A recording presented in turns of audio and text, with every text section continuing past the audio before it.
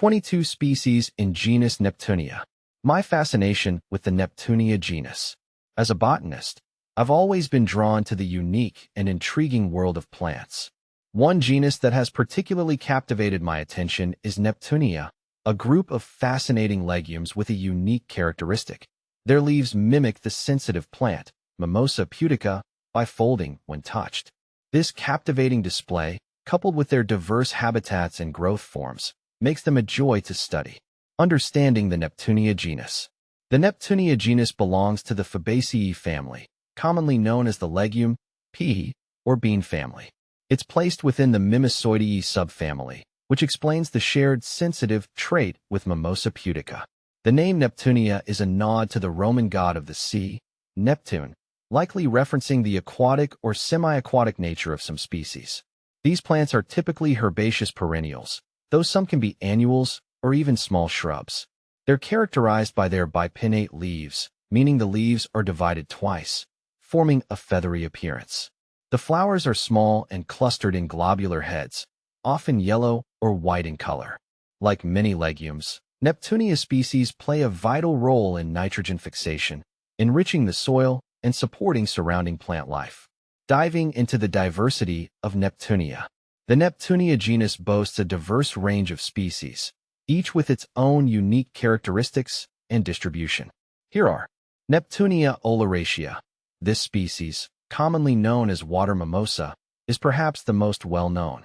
It's an aquatic plant with floating stems and is cultivated in Southeast Asia as a food source.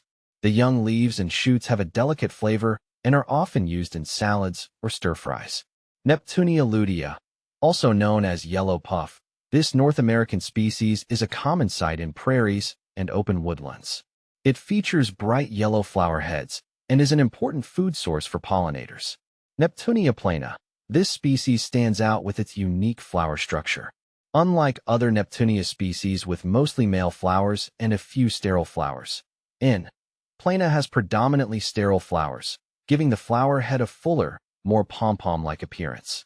Neptunia amplexicalis. This Australian native is easily recognizable by its distinctive leaves which clasp the stem, giving it the name amplexicalis, meaning stem embracing.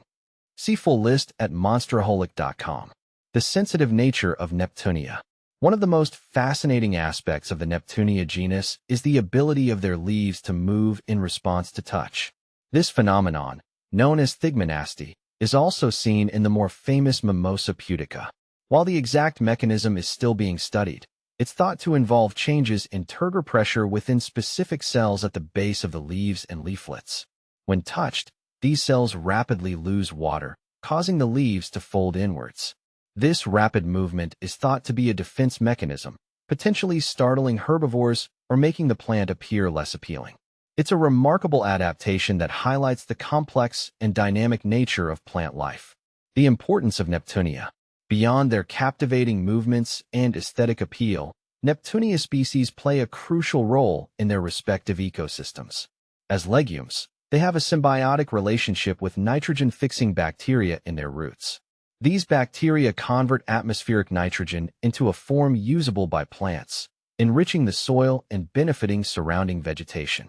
Furthermore, Neptunia species serve as a food source for various insects and animals. Their flowers attract pollinators, while their leaves and seeds provide sustenance for herbivores. In some cultures, certain Neptunia species are even utilized as a food source for humans, as mentioned earlier with Neptunia oleracea. My continued exploration. My journey with the Neptunia genus is far from over.